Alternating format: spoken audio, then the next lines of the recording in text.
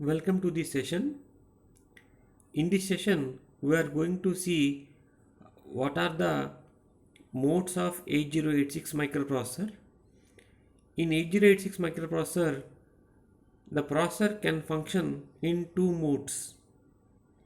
The first one is called as the minimum mode, that is single processor environment, and the second mode is called as the maximum mode, which is called as the multiprocessor environment.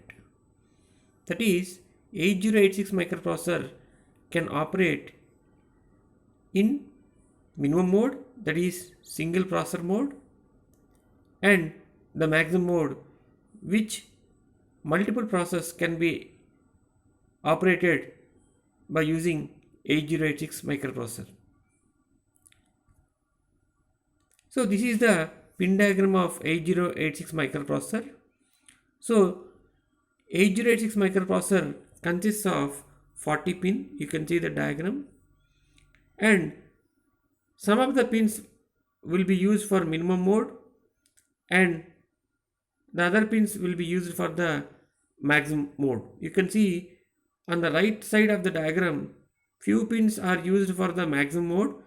That is, you can see in the column wise maximum mode. Under the maximum mode, you can see various pins which are used in maximum mode, and you can see on the right side what are the pins which are used only for the minimum mode. So this is how the minimum mode of 8086 and the maximum mode of 8086 will work.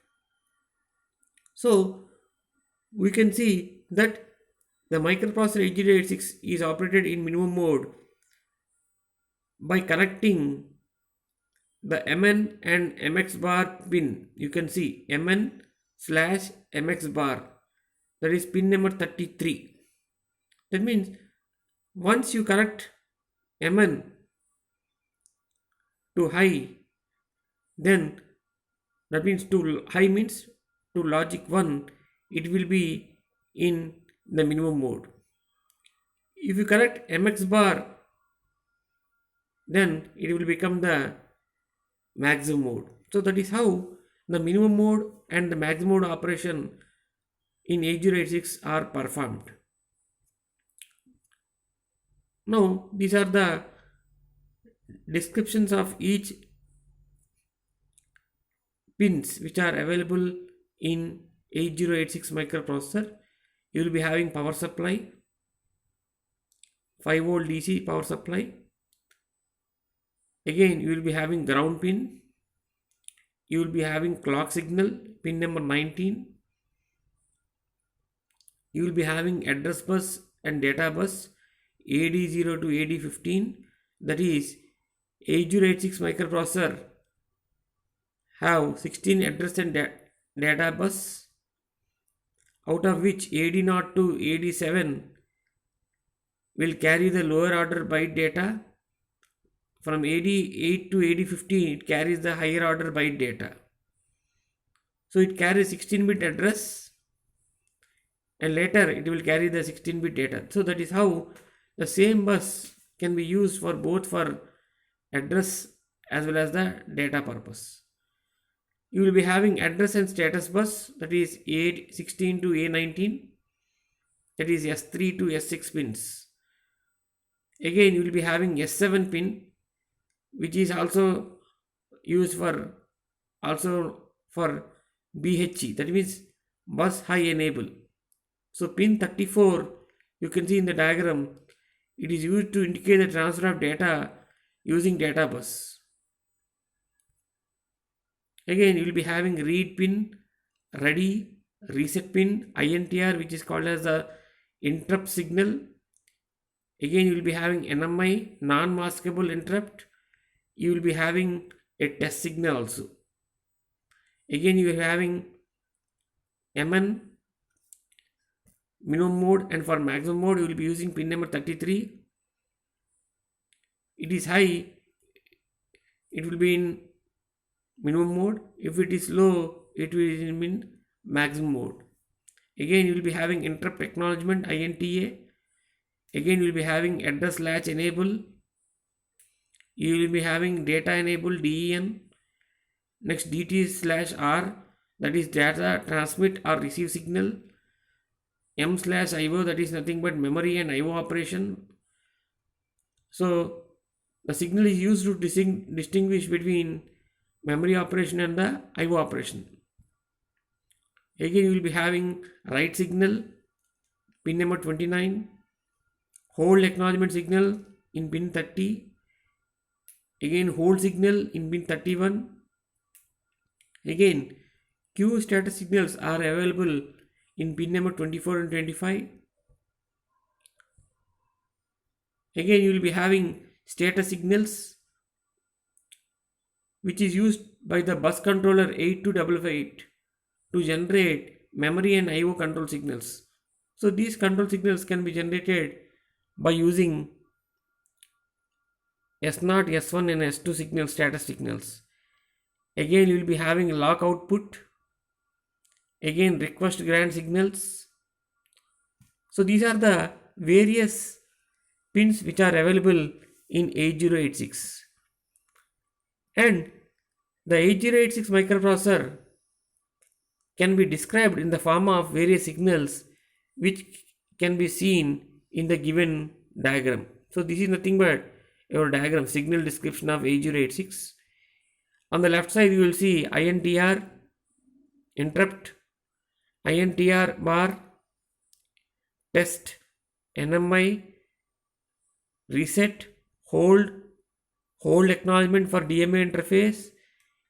Now you can see MN/MX bar, which is nothing but mode select. Here the mode select is what type of mode you are using in 8086 microprocessor. Whether you are using minimum mode, which is nothing but single processor mode, or whether you are using operating in multiprocessor mode, which is also known as maximum mode. So this is called mode selection pin. On the right side you can see the address data bus. You will be having separate 16-bit address bus. Again you are having address latch enable. Again you are having BHE bar. You are having memory IO operation pin, data transmit and receive pin, read bar, write bar, data enable, ready. So these are the various signals which are available on 8086 microprocessor.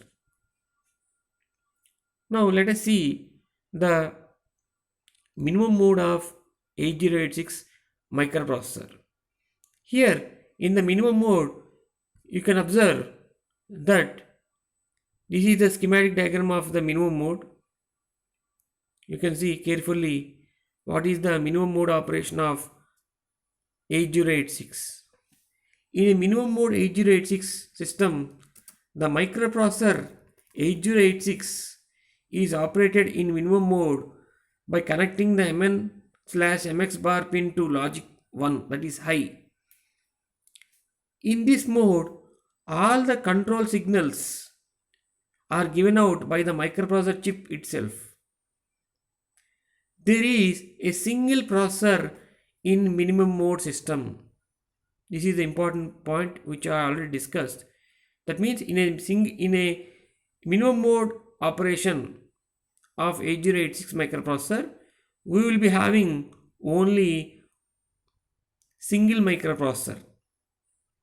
Now you can see in the diagram, you will be having 8086 microprocessor in the middle, and the remaining components in the system are the address latches, trans receiver, clock generator, memory and IO devices. So sometimes chip selection logic may be required for selecting memory or IO devices depending upon the address map of the system. Now you can see for connecting the microprocessor 8086 in minimum mode operation, you will be requiring the following components. First one is 8284, that is clock generator. 8282, which is known as address latch. 8286, which is transceiver and control bus. So latches are generally buffered output D-type flip-flop like 74 LS373 or which is known as 8282. So 8282 is referred as address latch. They are used for separating the valid address. They are used for separating the valid address from the multiplexed address or data signals, and they are controlled by ALE signal generated by 8086. Now, the transceivers are bidirectional buffers and they are called as data amplifiers. They are required to separate the valid data from the time multiplexed address or data signals.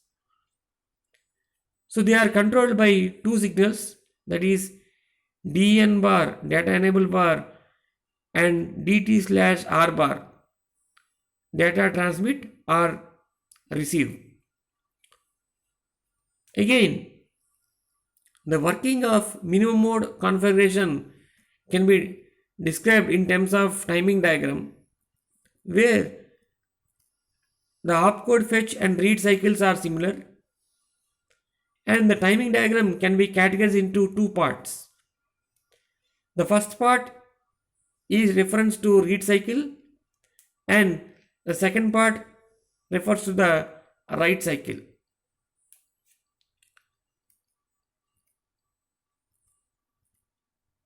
So here we can see that the 8284 is a clock generator which will give clock signal to the 8086 microprocessor. And here the address latch output is nothing but BHE bar and 16-bit address. And the transceiver output is data of 16-bit. And the control bus will give the signals to the other devices.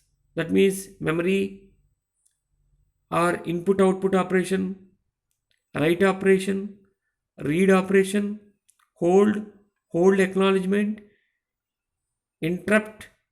So all these signals are given by the microprocessor via the control bus. So this is how the minimum mode operation of 8086 will take place. So in summary, we can say that an 8086 microprocessor will work in minimum mode with single processor, where it consists of 8284 clock generator, it consists of address latch, it consists of transceiver and control bus. Now coming to the maximum mode, here you can see the maximum mode operation is also called as the multiprocessor environment. So here you can see in the diagram, you will be having 8086 microprocessor. On the left side, you will be having 8284, again, which is nothing but your clock generator. On the right side, you will be having 8286, you will be having 8282, and you will be having 8288. So the difference between the minimum mode and maximum mode is, here you will be having 8282, 8288, which is known as bus controller chip. So here you can add another peripheral device to your 8086. That means you can add another processor to 8086 and the two processors can be used for our purpose. That means here maximum mode of 8086 microprocessor is a multi-processor system where you can connect another peripheral device or sometimes another processor to 8086. So here, for connecting an 8086 microprocessor in maximum mode operation, we need 8284 that is clock generator. We need 8282, we need 8286, and we need an extra component which is known as 8288, which is called as bus controller chip, where this bus will be connected to your another peripheral device or another processor. Here, this is how the maximum mode operation of 8086 takes place.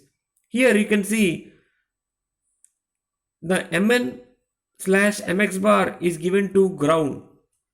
That means MX bar is given to ground. That is how the maximum mode of 8086 operation will take place in the processor.